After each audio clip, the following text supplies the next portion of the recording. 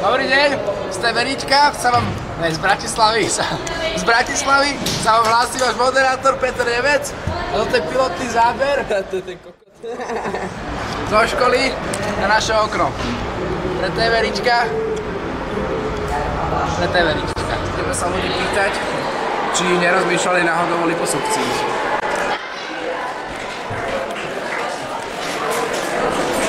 Tam to vyzerá moc výpočky.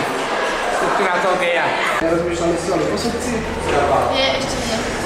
Nie, ešte nie? Nie, ale ako viete, dala som taký námysl, že som o to nerozmýšľala, ale ja mám pravdu. Mali by ste porozmýšľať, to je taká liposukcia. Nie, to je taká liposukcia, že vás zasnuje nohličku oťaľko, druholičku oťaľko a odtiaľto vám vyjde ten vstup predručný a bude ti krásna štýla. Ďakujem, ale tak viete, ja to nepotrebujem. No nie som si istý, ako. No dovolte. To bol náš. Ale dovolte, aj vám niekto poradil, čo spôjte. Áno, bol som s takou peknou dámou, takými peknými tromi dámami. Potkol som sa na chvíľu. Pre Teverička a Teveric.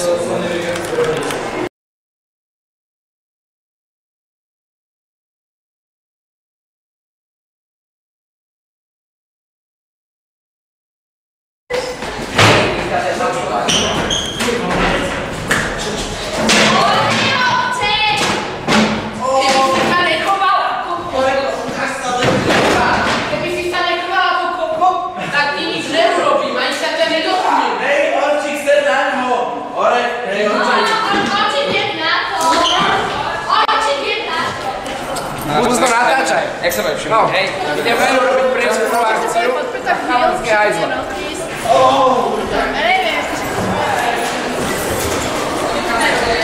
Palic! Čaute.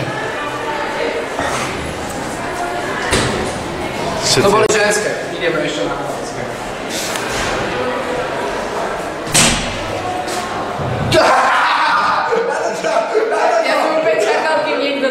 Ja som vedel, že...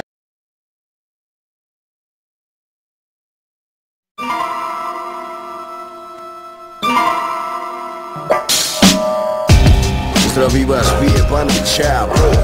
Stále som cigán a ne káďo. Začal som od nuly už dávno, som tu od začiatku repu, môžete mi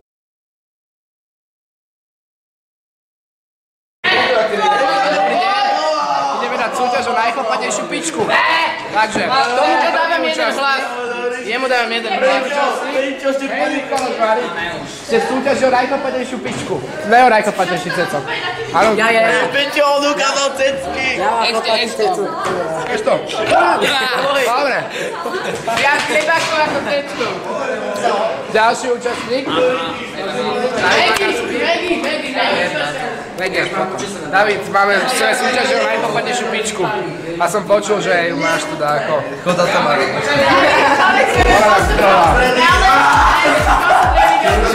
Potom ukážu najväčší kozí dom, ktorý by ste nám mohli